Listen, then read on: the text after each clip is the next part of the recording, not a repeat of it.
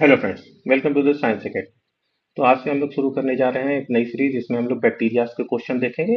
ये कई पार्ट्स में आएगी। तो आज हम लोग देखते हैं फर्स्ट क्वेश्चन है कि bacteria were first observe by. इसमें पूछ रहा है कि बैक्टीरिया को फर्स्ट किसने ऑब्जर्व किया था। पाश्चर ने, लियोनहॉक ने, कोच ने, कि डार्विन ने। तो ठीक है, इसका करेक्ट आंसर हो जाएगा ऑप्शन नंबर बी। ठीक है, तो बैक्टीरिया को फर्स्ट किसने ऑब्जर्व किया था? ल्यूवेनहॉक ने। ठीक, इसका करेक्ट आंसर हो जाएगा ल्यूवेनहॉक ने। ये देख लीजिए कि क्वेश्चन आपका नवोदय विद्यालय के टीजीटी एग्जाम 2016 में पूछा गया था। ठीक है, तो बैक्टीरिया किसके द्वारा ऑब्जर्व किया गया था? पहले ल्यूवेनहॉक ने। ठीक, इन 1676 Antony van Leeuwenhoek use simple microscope. उन्होंने किस माइक्रोस्कोप का यूज किया था? सिंपल माइक्रोस्कोप का। And first observe any molecule, जिसको उन्होंने नाम बैक्टीरिया दिया था। ठीक है, तो पास्चर ने 1676 में सिंपल माइक्रोस्कोप का यूज किया और उन्होंने पहले जो ऑब्जर्व किया था तो उसको नाम क्या दिया था? Any molecule. ठीक है, उसी को बाद में बैक्टीरिया कहा गया। ठीक, नेक्स्ट को इसमें वो है ऑप्शन दिया है पास्चर। ठीक है, नेक्स्ट ऑप्शन है इसमें कि पास्चर पास्चर का कंट्रीब्यूशन बैक्टीरिया के डिस्कवरी में नहीं है। पास्चर का जो आपका कंट्रीब्यूशन है वो डिसअप्रूवमेंट ऑफ स्पॉन्टेनियस जनरेशन का डिसअप्रूव किया था पास्चर अपने एक्सपेरिमेंट द्वारा। ठीक है, कोच का कंट्रीब्यूशन कहाँ आता है? कोच ये बोलते हैं कि जो डिजीजेस कॉज होती हैं किसी भी प्लांट एनिमल और प्लांट्स और एनिमल में, वो किसके द्वारा होती हैं? माइक्रोब्स के थ्रू होती हैं। ठीक, डार्विन को फादर ऑफ इवोल्यूशन कहा जाता है, डार्विन को फादर ऑफ इवोल्यूशन कहा जाता है जिन्होंने नेचुरल सिलेक्शन का कंसेप्ट दिया था। ठीक है, तो इसीलिए इनको इनका कोई रिलेशन नहीं है माइक्रोबायोलॉजी से। तो इसीलिए इसका करेक्ट आंसर हो जाएगा option number B, Leeuwenhoek. Bacteria को किसने डिस्कवर किया था? लिवेनहॉक ने। नेक्स्ट क्वेश्चन है, who is regarded as the father of bacteriology. इसमें फिर फादर पूछ रहा है कि बैक्टीरियोलॉजी के फादर कौन है। ठीक, तो आपने पता चला कि डिस्कवर किसने किया था कि एंटोनी वॉन ल्यूवेनहॉक ने डिस्कवर किया था। लेकिन इस क्वेश्चन में पूछ रहा है कि फादर ऑफ बैक्टीरियोलॉजी कौन है। ठीक है, बैक्टीरियोलॉजी का मतलब स्टडी ऑफ बैक्टीरिया। ठीक, स्टडी ऑफ बैक्टीरिया। इसके फादर कौन है? तो इसका करेक्ट आंसर हो जाएगा रॉबर्ट कोच। ठीक है, जो डिस्कवरर है वो लेंटिनियम ल्यूवेनहॉक है, लेकिन फादर किसको कहा जाता है? रॉबर्ट कोच को कहा जाता है। ठीक है, तो father of bacteriology Robert Koch को। इन्होंने क्या प्रूव किया था कि जो एंथ्रेक्स है, एक डिजीज है, ट्यूबरकुलोसिस और कोलेरा, ये किससे कॉज होते हैं? ये सारे बैक्टीरिया से कॉज होते हैं और एक सब बैक्टीरियल डिजीजेस है। ठीक, लुईस पास्चर का कंट्रीब्यूशन कहाँ आता है? लुईस पास्चर को फादर ऑफ माइक्रोबायोलॉजी कहा जाता है। ठीक है, जो पूरी माइक्रोबायोलॉजी की स्टडी है उसके फादर हैं आपके लुईस पास्चर। ठीक है, और बट जो बैक्टीरियोलॉजी के फादर कहे जाते हैं वो कोच को कहा जाता है। ठीक है, फ्लेमिंग का कहाँ कंट्रीब्यूशन आता है? फ्लेमिंग का अगर देखा जाए कंट्रीब्यूशन तो उनका आता है पेनिसिलिन की डिस्कवरी में। पेनिसिलिन क्या है? एक एंटीबायोटिक है। ठीक है, जो कि जो डिजीजेज होते हैं, डिजीजेज होते हैं जैसे बैक्टीरियल डिजीज हुई कोई, तो उससे फाइट करने के लिए जो पेनिसिलिन होती है वो यूज की जाती है। तो उसका डिस्कवरी किसने किया था? फ्लेमिंग ने किया था। ठीक, उसके बाद नाम आता है जेनर का। जेनर क्या किए थे? स्मॉल पॉक्स की वैक्सीन डिस्कवर किए थे। ठीक है, तो ये सारे कंट्रीब्यूशन है इन साइंटिस्ट के। आप लोग याद नाम रखिएगा कि याद रखिएगा कि रॉबर्ट कोच का कंट्रीब्यूशन कहाँ आता है। तो रॉबर्ट कोच क्या है? फादर ऑफ बैक्टीरियोलॉजी है। लुईस पास्चर क्या है? फादर ऑफ माइक्रोबायोलॉजी है। फ्लेमिंग क्या है? Discovery of penicillin. जेनर क्या है? स्मॉल पॉक्स की जो वैक्सीन है उसको डेवलपमेंट की गई थी। एंटोनी वॉन ल्यूवेनहॉक बैक्टीरिया के डिस्कवरी से रिलेटेड है। ठीक है, नेक्स्ट क्वेश्चन देखते हैं। Peptidoglycan is a major component of. इसमें पूछ रहा है कि पेप्टाइडोग्लाइकॉन जो होती है वो मेजर कंपोनेंट किसकी किसकी सेल वॉल की बनाती है। ठीक है, plant cell wall, bacterial cell wall, fungal cell wall की, एल्गल सेल वॉल। तो इसका करेक्ट आंसर हो जाएगा option number B, bacterial cell wall. ठीक है, पेप्टाइडोग्लाइकॉन क्या होती है? वो बैक्टीरियल सेल की मेजर कंट्रीब्यूशन होती है। ठीक, bacterial cell wall contain peptidoglycan. Peptidoglycan को और क्या कहते हैं? म्यूरिन कहते हैं, यूनिक टू बैक्टीरिया। ठीक है, ये जो पेप्टाइडोग्लाइकॉन होती है वो बैक्टीरिया में ही सिर्फ पाई जाती है। ठीक, बैक्टीरिया में एक ये भी होता है कि जो पेप्टाइडोग्लाइकॉन होती है उसका अगर हार्ड लेयर पाई जाती है, हार्ड लेयर, तो उसको हम लोग कैप्सूल कहते हैं। ठीक, हार्ड लेयर अगर पाई जाएगी तो कैप्सूल कहते हैं, और स्मूथ लेयर पाई जाएगी तो उसको हम लोग स्लाइम मॉल्ट कहते हैं। ठीक, तो ये आप लोग ध्यान रखिएगा। पेप्टाइडोग्लाइकॉन भी बैक्टीरिया में दो टाइप की होती है, हार्ड रहेगा तो कैप्सूल कहेंगे, और स्मूथ रहेगी तो आपको उसको स्लाइम मॉल्ट कहेंगे। ठीक है, और अब देखते हैं कि और ऑप्शन क्यों गलत है। ठीक है, इसका तो करेक्ट आंसर हो गया बैक्टीरियल सेल वॉल। बैक्टीरियल का प्लांट सेल का सेल वॉल किससे बना होता है? प्लांट सेल का सेल वॉल सेलुलोज से बना होता है।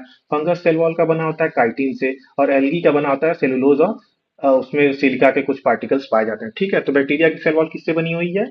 पेप्टाइडोग्लाइकान की प्लांट की सेल वॉल कैसे बनी हुई है, सेलुलोज से बनी हुई है। फंगस की सेल वॉल कैसे बनी हुई है, काइटिन से बनी हुई है। और वहीं अलगल की एल्गी मतलब एल्गल की वजह सेलुलोज और सिलिका डिपोजिशन होते हैं उसमें, ठीक है। नेक्स्ट क्वेश्चन हम लोग देखते हैं। नेक्स्ट क्वेश्चन है कि gram staining of bacteria was developed by. इसमें पूछ रहा है कि तो एक ग्राम स्टेनिंग प्रोसीजर होता है बैक्टीरिया को स्टेन करने के लिए, वो किसके द्वारा प्रोड्यूस डेवलप की गई थी। तो इसका करेक्ट आंसर हो जाएगा, उन्हीं के नाम पे था, ग्राम स्टेनिंग के नाम पे ग्राम, ठीक है। तो ग्राम ग्राम ने ही आपका जो स्टेनिंग होती है बैक्टीरिया को उसको डिस्कवर किया था। तो इनका पूरा नाम था क्रिश्चियन ग्राम, ठीक है। क्रिश्चियन ग्राम था जिन्होंने डिस्कवर किया था ग्राम स्टेनिंग के बैक्टीरिया, ठीक है। और इसके पहले हम लोग पढ़ ही चुके हैं कोच का कंट्रीब्यूशन, पास्चर और लीवेनहॉक का कंट्रीब्यूशन, ठीक है। तो ग्राम स्टेनिंग किसने डिस्कवर की थी, उन्होंने ग्राम ने ही डिस्कवर की थी, क्रिश्चियन ग्राम ने। नेक्स्ट क्वेश्चन देखते हैं। The genetic material in bacteria, इसमें पूछ रहा है कि जो बैक्टीरिया होती है उसके जेनेटिक मटेरियल क्या होता है। स्टोन बाउंडेड डीएनए होता है, सर्कुलर नेकेड डीएनए होता है, लीनियर डीएनए होता है, कि डीएनए आरएनए बोथ होता है, ठीक। तो इसका करेक्ट आंसर हो जाएगा सर्कुलर नेकेड डीएनए, ठीक है। जो बैक्टीरिया होते हैं उसके उसका जो जेनेटिक मटेरियल होता है वो सर्कुलर नेकेड डीएनए होता है, ठीक है। बैक्टीरियल के जो जीनोम्स होते हैं उसमें हिस्टोन एब्सेंट होते हैं। हिस्टोन एब्सेंट होगा तो ये ऑप्शन रॉन्ग हो जाएगा। लीनियर डीएनए तुम आपका पाया जाता है यूकेरियोट सेल्स में।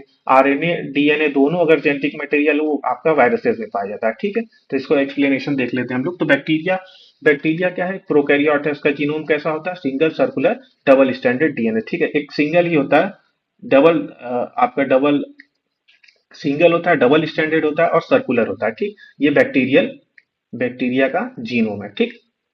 हिस्टोन बाउंड डीएनए और बताया कि आपका जो होते हैं हिस्टोन वो सिर्फ यूकैरियोट्स में पाए जाते हैं, प्रोकैरियोट्स में एब्सेंट होते हैं, ठीक। लीनियर डीएनए यूकैरियोट में इसीलिए बैक्टीरिया में नहीं पाए जाएंगे। डीएनए और आरएनए आपका वायरसेस में पाए जाते हैं, ठीक है, जीनोम की तरह। तो ये आपका करेक्ट आंसर हो जाएगा इसमें सर्कुलर नेकेड डीएनए, ठीक।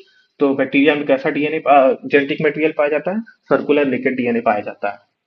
नेक्स्ट क्वेश्चन है bacteria which can tolerate absence of oxygen आता है, ठीक है। सर पूछ रहा है कि कौन सा ऐसा बैक्टीरिया है जो कि ऑक्सीजन न रहे उसको टॉलरेट कर सकता है, ठीक। जो मतलब ऑक्सीजन के एब्सेंस को टॉलरेट कर सकता है। तो इसका करेक्ट आंसर है फैकल्टेटिव एनारोब्स, ठीक है। फैकल्टेटिव एनारोब्स जो होते हैं वो आपका ऑक्सीजन के प्रेजेंस में भी ग्रो करते हैं और ऑक्सीजन के एब्सेंस में भी ग्रो करते हैं, ठीक है। तो फैकल्टेटिव एनारोब्स क्या होते हैं, जो कि बैक्टीरिया ऑक्सीजन का एब्सेंस हो चाहे प्रेजेंस हो, उन दोनों कंडीशन में वो ग्रो करते हैं। ऑब्लिगेट एरोब्स क्या होते हैं, उनको ऑक्सीजन कंपलसरी चाहिए था। अब ऑब्लिगेट एनारोब्स क्या होते हैं, वो oxygen can not tolerate oxygen, मतलब ऑक्सीजन के एब्सेंस में वो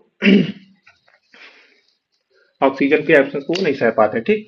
माइक्रो एरोफिल्स क्या होते हैं, need little amount of oxygen. इनको माइक्रो एरोफिल्स क्या होते हैं, इनको बहुत ही कम अमाउंट में ऑक्सीजन की जरूरत होती है, ठीक है। नेक्स्ट क्वेश्चन हम लोग देखते हैं। नेक्स्ट क्वेश्चन है which structure help bacteria to attach to the surface, ठीक है। तो कोई सरफेस है उस पर अटैच होने के लिए बैक्टीरिया को अपने किस स्ट्रक्चर का हेल्प लेना पड़ता है। तो करेक्ट आंसर है इसका ऑप्शन नंबर सी, ठीक है।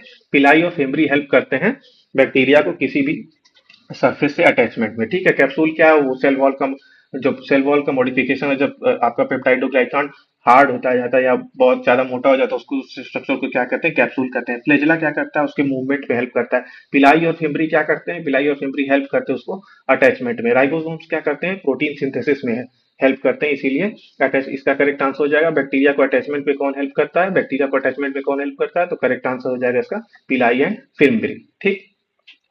नेक्स्ट क्वेश्चन है mycoplasma differ from bacteria in lacking, ठीक है। पूछ रहा है कि जो माइकोप्लाज्मा होता है वो बैक्टीरिया से कैसे डिफर करता है, डीएनए के कंटेंट में, आरएनए में, सेल वॉल में, कि राइबोसोम में, ठीक है। तो इसका करेक्ट आंसर हो जाएगा ऑप्शन नंबर सी। जो माइकोप्लाज्मा होता है वो बैक्टीरिया से कैसे डिफर करता है, वो सेल वॉल के स्ट्रक्चर में डिफर करता है। माइकोप्लाज्मा में क्या होता है, सेल वॉल एब्सेंट होती है, ठीक है। माइकोप्लाज्मा में कोई सेल वॉल प्रेजेंट नहीं होती है, बल्कि जो जबकि तो आपका बैक्टीरिया में सेल वॉल प्रेजेंट होती है वो किसकी बनी होती है, पेप्टाइडोग्लाइकॉन की बनी है, ठीक है। आरएनए डीएनए राइबोसोम सब कुछ प्रेजेंट होता है बैक्टीरिया और आपका बैक्टीरिया और माइकोप्लाज्मा दोनों में प्रेजेंट होता है, दोनों में प्रेजेंट होता है। बस डिफरेंस किसका होता है, सेल वॉल का होता है। सेल वॉल जो माइकोप्लाज्मा में वो एब्सेंट होती है, बैक्टीरिया में सेल वॉल पेप्टाइडोग्लाइकॉन की पाई जाती है।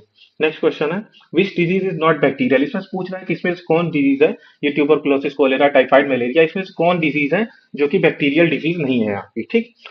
तो कौन सी इसमें बैक्टीरियल डिजीज नहीं है, इसमें मलेरिया है जो कि वो बैक्टीरियल डिजीज नहीं है। मलेरिया किससे क्रॉस होता है, प्रोटोजोअन डिजीज है, ठीक। प्रोटोजोअन डिजीज है। ये प्रोटोजोआ कौन सा होता है, ये प्लाज्मोडियम होता है, प्लाज्मोडियम, ठीक है। तो प्लाज्मोडियम क्या कॉज करता है? मलेरिया कॉज करता है, जो कि एक प्रोटोजोआ है, ये बैक्टीरिया नहीं है। बाकी सारी डिजीज जो मेंशन है, ट्यूबरकुलोसिस, कोलेरा, टाइफाइड, ये क्या सारे क्या हैं? ये आपके बैक्टीरियल डिजीज होते हैं। इसका करेक्ट आंसर हो जाएगा ऑप्शन नंबर डी, मलेरिया। ठीक है, देख लेते हैं ट्यूबरकुलोसिस किससे होता है। ट्यूबरकुलोसिस माइकोबैक्टीरियम ट्यूबरकुलोसिस से होता है। इसका जो बैक्टीरिया कॉज करता है टीबी, उसका नाम होता है माइकोबैक्टीरियम ट्यूबरकुलोसिस। ठीक है, कोलेरा किससे कॉज होता है? विब्रियो कोलेरी से कॉज होता है। कॉलेरा किससे कॉज होता है? माइक्रो विब्रियो क्लोरिस कॉज होता है। टाइफाइड किससे कॉज होता है? साल्मोनेला सॉनमेलुला टाइफी से। ठीक, तो तो इसमें कौन सी बैक्टीरियल डिजीजेस थी? ये तीन बैक्टीरियल डिजीज है, ट्यूबरकुलोसिस, कोलेरा और टाइफाइड। मलेरिया इसमें पूछा था, रॉन्ग पूछा था कि कौन सा बैक्टीरियल डिजीज नहीं है, तो इसका करेक्ट आंसर हो जाएगा मलेरिया, जो कि एक प्रोटोजोन डिजीज है। और प्लाज्मोडियम जो होता है प्रोटोजोआ, वो कॉज करता है आपका मलेरिया। ठीक, नेक्स्ट क्वेश्चन देखते हैं। अब bacterial cell wall without flagella is called. ठीक है, कोई भी बैक्टीरियल सेल है, उसके अगर उसमें फ्लैजेला एब्सेंट हो तो उसको क्या कहते हैं? तो उसको क्या कहते हैं? उसको कहते हैं एट्राइकस। ठीक, एट्राइकस मतलब ए का मतलब कहीं लगा हो तो उसको समझ जाइएगा कि ए मतलब एब्सेंट होता है, ट्राइकस मतलब फ्लैजेला। ठीक है, तो एट्राइकस का मतलब जो बैक्टीरिया जिसमें सेल वॉल पे अब बैक्टीरियल सेल पे फ्लैजेला एब्सेंट हो, उसको क्या कहते हैं? एट्राइकस। ठीक है, जैसे ये मान लीजिए बैक्टीरियल सेल है, ठीक, तो अब इस पे कोई फ्लैजेला नहीं है, तो इसको क्या कहते हैं? एट्राइकस कहते हैं। ठीक, एट्राइकस, एट्राइकस। ठीक है, मोनोट्राइकस किसको कहते हैं? यहाँ भी एक फ्लैजेला रहे बस, एक फ्लैजेला, तो ये मोनोट्राइकस हो जाएगा। ठीक है, क्लस्टर एट वन एंड। ठीक है, अगर लोफोट्राइकस कंडीशन क्या होती है कि इसमें बहुत सारे फ्लैजेला एक ही एंड पे पाए जाएंगे, तो उस कंडीशन को लोफोट्राइकस कहते हैं। और अगर मान लीजिए फ्लैजेला दोनों एंड पे पाए जाएंगे, इस एंड पे भी फ्लैजेला, इस एंड पे भी फ्लैजेला, तो इस टाइप को क्या कहते हैं? एम्फीट्राइकस कहते हैं। कि एम्फीट्राइकस मतलब दोनों एंड पे फ्लैजेला। लोफोट्राइकस का मतलब एक एंड पे बहुत सारे फ्लैजेला। और ए ट्राइकस का मतलब फ्लैजेला एब्सेंट। मोनोट्राइकस का मतलब सिंगल फ्लैजा, मतलब किसी भी सेल पे बस एक ही फ्लैजेला प्रेजेंट हो, तो ये मोनोट्राइकस हो जाएगा। लोफोट्राइकस क्लस्टर हो जाएगा, और एम्फीट्राइकस मतलब फ्लैजेला दोनों एंड पे पाए जाएंगे। ठीक है, तो ये रहे आज के आपके 10 क्वेश्चन। इसके नेक्स्ट वाले पार्ट में हम लोग रेस्ट के क्वेश्चन देखेंगे। Thank you so much.